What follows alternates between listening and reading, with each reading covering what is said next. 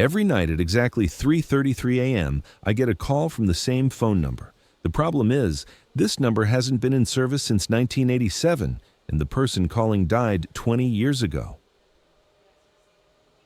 I'm Alex Thompson. I'm 28 years old, and this story happened at a small radio station in Detroit. WDTH 94.7 FM. Detroit's darkest hour was an independent station that played alternative music and talk shows during night hours. The reason I started night DJ work was simple. I couldn't find a day job and I needed money. The station manager, Rick, was a 45-year-old chain smoker who kept smoking while explaining the rules to me. "Listen, kid," he had said, "night shift is easy money, but it has some quirks. You can take live callers, but you need to screen them. Detroit has a lot of crazy people at night." "What kind of crazy people?" Rick paused. "Weird conspiracy theories, urban legends, drunk people. But don't take any of them seriously. Entertainment purposes only." The studio was small but cozy. 2 microphones, mixing board, CD players, and phone system. There was a large glass window so I could see the main reception area. From 11 p.m. to 6 a.m., I would be completely alone. The first week went normally. I played music, gave weather updates, chatted with occasional callers, standard night radio stuff. But the second week, Tuesday night, everything changed. At exactly 3:33 a.m., the phone rang. The display showed the number 313-557847. Detroit area code, looked normal. "Did 94.7, you're on the air," I said with my usual greeting. A raspy, elderly male voice came from the other end. "Alex Thompson?" "Yes, I'm Alex. Who am I talking to?" "You know who this is. You've been waiting for my call." It seemed strange. "Sorry, sir, I don't think we've spoken before." "Room 237 at Mercy General Hospital, November 15th, 1987. "You were there." My blood froze. In 1987, I was 8 years old and wasn't even living in Detroit. "Sir, I think you have the wrong person." The line went silent. Then, dial tone. It was a weird call, but not unusual for night radio. I shrugged it off and continued the program. The next night, Wednesday, at exactly 3:33, a call came from the same number. "WDTH 94.7, I said, same voice. "You didn't come to the hospital, Alex. I waited. I'm still waiting." "Who is this?" "Room 237. The machine stopped working. The nurses left." "But I'm still here." "Sir, this is a radio show. If you need medical help—" "I don't need help. I need you to remember." "Remember what?" "Remember what you promised me." The line went dead again. This time I felt more disturbed. I called station manager Rick the next morning. "Rick, we have a weird caller. Same number, same time, 2 nights. "What kind of weird?" "Talks about a hospital from 1987. Acts like he knows me." Rick paused. "What number?" 313-555-7847. I heard Rick drop something. "That number? That's impossible." "What do you mean?" "That number belonged to Mercy General Hospital. But the hospital closed in 1987, and that specific extension, that was room 237. "How do you know this?" "Because I used to work there. Security guard, before I started the radio business. Rick met me at the station that afternoon. He brought an old phone book from 1987. Look," he showed me the entry, 313-555-7847, Mercy General Hospital, room 237. "But you said the hospital closed." "Not just closed, abandoned, after the incident." "What incident?" Rick sat down heavily. "November 15th, 1987. A patient in room 237 named Harold Winters, 67 years old, terminal lung cancer, family never visited, died alone during a power outage, life support failed." The puzzle pieces were clicking. The caller mentioned November 15th. That's not all. Before he died, Harold made dozens of phone calls to radio stations, newspapers, anyone who would listen. He wanted to tell his story, but everyone ignored him. "What story?" "Something about hospital experiments, claims that doctors were keeping patients alive longer than natural, testing new drugs. Harold claimed he'd been dead for months, but machines kept him conscious. I started feeling sick."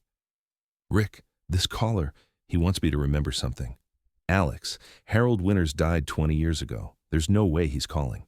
But I knew what I heard, and that night, at 3:33 again, the phone rang. WDTH 94.7. Alex, you're finally listening. Good. Harold? Harold Winters? Yes, you remembered. But you died in 1987. Death is complicated here. The machines kept us conscious even after our bodies stopped. Some of us never actually left. That's impossible. Room 237 is still occupied, Alex. We're all still here, waiting. Waiting for what? For someone to tell our story, someone to remember us. This time, I didn't hang up. What happened at Mercy General? Dr. Reynolds was running experiments, consciousness extension trials, keeping brain function active after clinical death. We were test subjects. That sounds like science fiction. Visit room 237, see for yourself. The line went dead. I couldn't sleep that day. I researched Mercy General Hospital online. I found old newspaper articles. Hospital closes amid investigation, November 20th, 1987. Patients died during mysterious power outage, November 16th, 1987. Dr. Reynolds missing after hospital incident, November 18th, 1987, but there were no details about what really happened. Thursday night, 3:33, the phone rang. This time, a different voice, female, younger. Is this Alex? Yes. Who's this? I'm Patricia. Room 241. I died November 15th, too. Harold told me to call you. How many of you were there? 17 patients died that night, but we didn't leave. Dr. Reynolds' machines, they changed something in us. Where are you calling from? Room 241, same place I died. Alex, the hospital isn't abandoned. We're still here. And Dr. Reynolds, he's still experimenting. In the background, I heard medical equipment sounds, beeping, ventilator noises. That's impossible. The hospital's been closed for 20 years. Time works differently here. For us, it's still November 15th, 1987, but we can reach the outside world at 3:33. That's when our consciousness is strongest. Friday night, the call came from a child's voice. Mr. Alex, I'm Tommy from room 215. I was only 8 when the machine stopped working. I couldn't handle this anymore. I drove to the Mercy General location Saturday morning. The building still stood but was abandoned, windows boarded up. Condemned, do not enter. Signs were everywhere, but I found a way inside through the damaged loading dock. Inside was frozen in time. Hospital equipment covered in dust, wheelchairs scattered, medical charts still on the walls. Everything exactly as it was left in 1987. The elevator worked, surprisingly. I went to the second floor. I found room 237. The door was open. Inside, a hospital bed with IV equipment still connected. The machines were running, displaying vital signs. But the bed was empty. On the nightstand, there was a note in Harold's handwriting. Alex, thank you for listening. We've been trying to reach someone for 20 years. Dr. Reynolds keeps us here. Find basement lab 7. Stop him before he does this to others. The basement was worse than I had imagined. Lab 7 was a functioning medical facility. Tanks with floating brains, consciousness transfer equipment, monitoring systems, and Dr. Reynolds was there, an old man, maybe in his 90s, but moving normally. When he saw me, he smiled. Ah, Alex, my patients told me about you. You've been very helpful. What is this place? Consciousness Preservation Laboratory. Death is just a transition, Alex. I discovered how to maintain awareness after biological death. You're keeping them trapped. I'm keeping them alive. Their bodies died, but their minds continue. They should thank me. They want you to stop. They don't understand yet, but they will. And soon, you'll understand too. He lunged at me with a syringe. I managed to escape and ran upstairs. Behind me, I heard Harold's voice echoing through the hospital. Alex, destroy the power source, basement generator.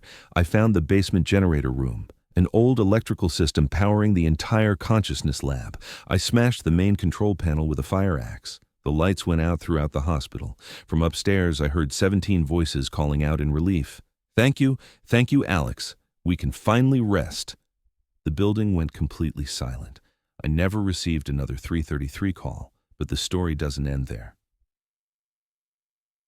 A week later, I received a call from Detroit police. Mr. Thompson, we need to ask about Mercy General Hospital.